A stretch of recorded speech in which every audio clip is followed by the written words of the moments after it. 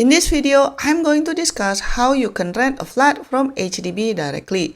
We will be discussing the process, the income ceiling, what if you don't like the flat, etc. It can seem a bit complicated, but don't worry, we'll just break it down one by one. First thing first, it is super important to understand that renting a flat from HDB is not the same as renting from a private owner. HDB has specific schemes with their own rules, and they are mostly for people who really need a place to live and don't have much other options. Let's talk about what are the different HDB rental schemes. When you hear about renting from HDB, there are a few different schemes people might be talking about. The two main ones are Public Rental Scheme and the Parenthood Provisional Housing Scheme. Each one is for a different group of people. The first one, Public Rental Scheme, is a scheme for Singaporean families or singles who have very limited income and no other places to stay. Think of it like a safety net. The rent for these flats is very low and much cheaper than anything you can find on the open market. If you are applying as a family, you must be a Singapore citizen and at least 21 years old, and then you need to form a family with another Singapore citizen or a Singapore PR. This could be your spouse,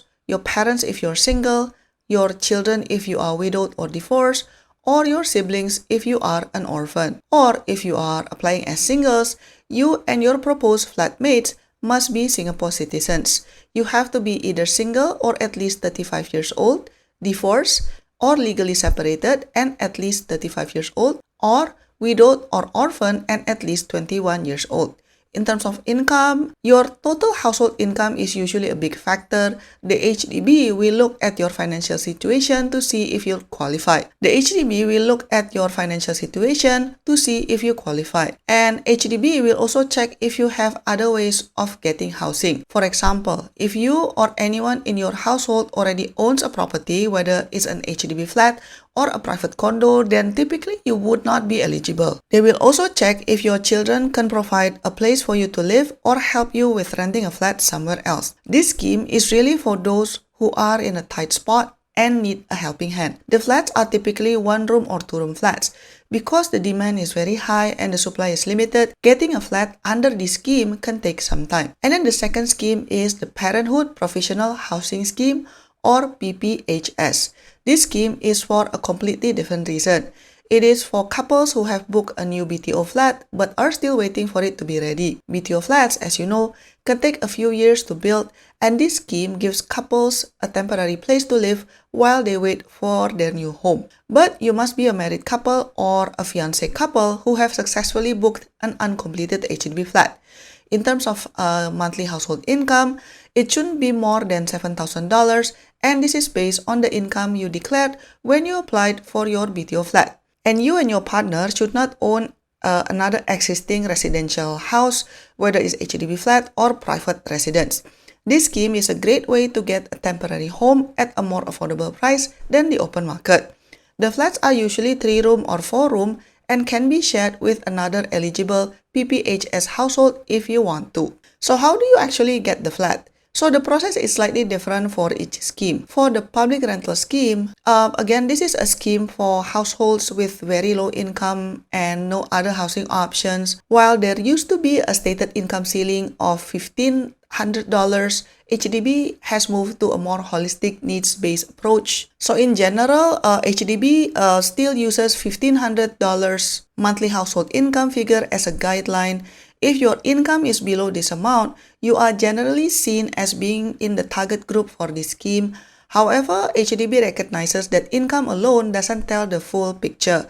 You can still apply for a public rental flat even if your income is above this amount, because HDB will assess your specific situation, taking into account factors like your family size, medical expenses, and whether you have a family support or other housing options. So it will still be on a case-by-case basis. This scheme is designed to be the final safety net for those who are truly in need. If HDB determines that you can afford to buy or rent a flat on the open market, you will not be eligible regardless of your income. So while there isn't a hard and fast income ceiling that automatically disqualifies you, the scheme is very much for those with limited financial means and no other place to stay. So what should you do if you want to apply for public rental scheme? Before you do anything else, go to the HDB website and check if you meet all the requirements for the public rental scheme. Be very honest about your situation because HDB will check all of the details. And then submit your application. You can apply for a rental flat online through the HDB website. You will need to provide all the necessary documents such as NRICs, income statements, and any relevant certificate, for example, divorce or death certificates. There is a small non-refundable administrative fee for this, and then you need to wait for the assessment. HDB will carefully review your application, and this can take some time because they need to make sure you truly have no other housing options. They might contact you to understand your situation better. If your application is successful, HDB will contact you to offer a flat. You might not get to choose the exact location or flat type you want, as it depends on what is available. If you accept the flat, you will go to HDB Hub to sign the agreement and pay for the first month's rent, a 1-month deposit, and stamp fees. Now, for the second scheme, which is the Parenthood Provisional Housing Scheme, now this scheme has a clearer and more strict income ceiling because it's for a different purpose, which is to provide temporary housing for BTO buyers. The monthly household income ceiling for pphs is $7,000. The basis of assessment is the income that you declared in your original application for the BTO flat. Similar to public rental scheme, HDB does have a degree of flexibility. So let's say if your income is above $7,000, but you have an exceptional expenses, for example, high medical bills, you can approach HDB to have your case reviewed on a case-by-case basis. So what are the steps if you want to apply via the pphs scheme? You can apply for the flat online via the HDB website. Again, you will need to provide your details, but the difference is you will need to provide information about your book BTO flat information. There is an administrative fee as well. And then you need to wait for the ballot. HDB will hold a ballot to see who gets to choose a flat. Families with children usually get priority. Yes, you have to ballot even to rent. If you get a good queue position, you will be invited to select a flat online from the available units, and then you'll book an appointment to go to HDB Hub. At your appointment, you will sign the tenancy agreement and make the necessary payments, and then you can collect your keys to your temporary home. So what if you don't fit the criteria for HDB's rental scheme? Maybe your income is too high or you just want more choices.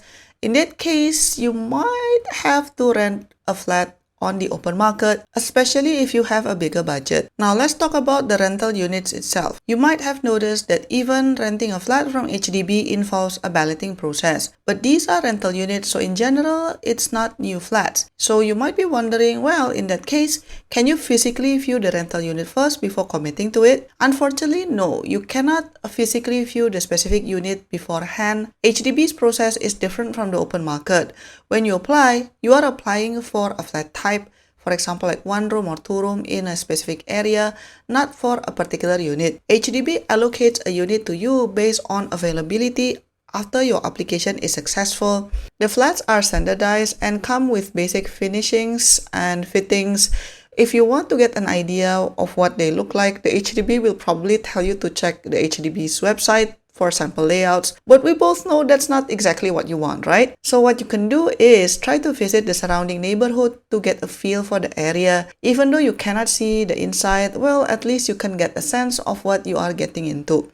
If you are wondering what's the minimum duration of the lease, HDB rental flats usually have a standard lease period, often for 1 or 2 years.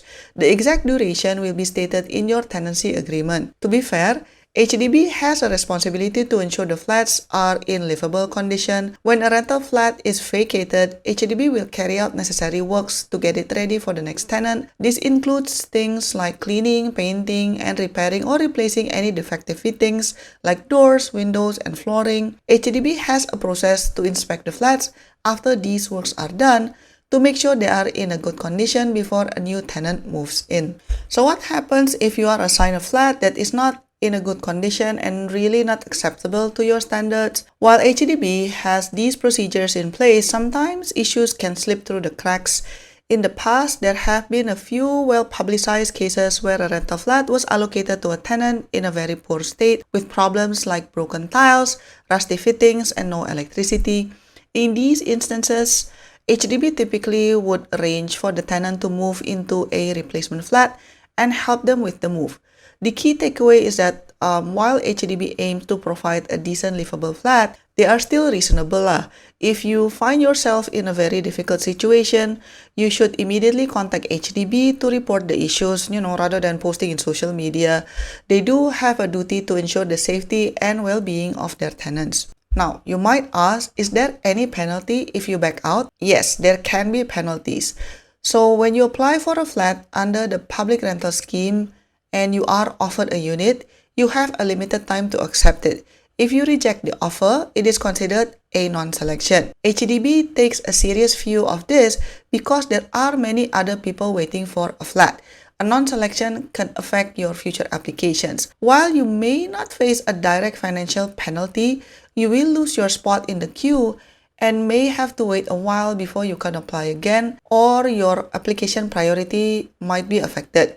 The exact consequences depend on the specific scheme and your circumstances, but the idea is to ensure that those who apply are serious about taking up a flat. So in summary, renting a flat directly from HDB is for specific groups of people who need housing assistance. It is a fantastic option if you qualify, as the rent is very affordable, but if you don't meet the criteria, you would just have to look for a flat in the open market. Either way, always do your homework and make sure you understand the rules and regulations. If you have any comment or questions, leave me a comment down below. To get exclusive contents and support my work, click the join button to be part of the online family. Your support means a lot to keep us independent. Don't forget to join the membership, and I'll see you on my next video. Bye bye!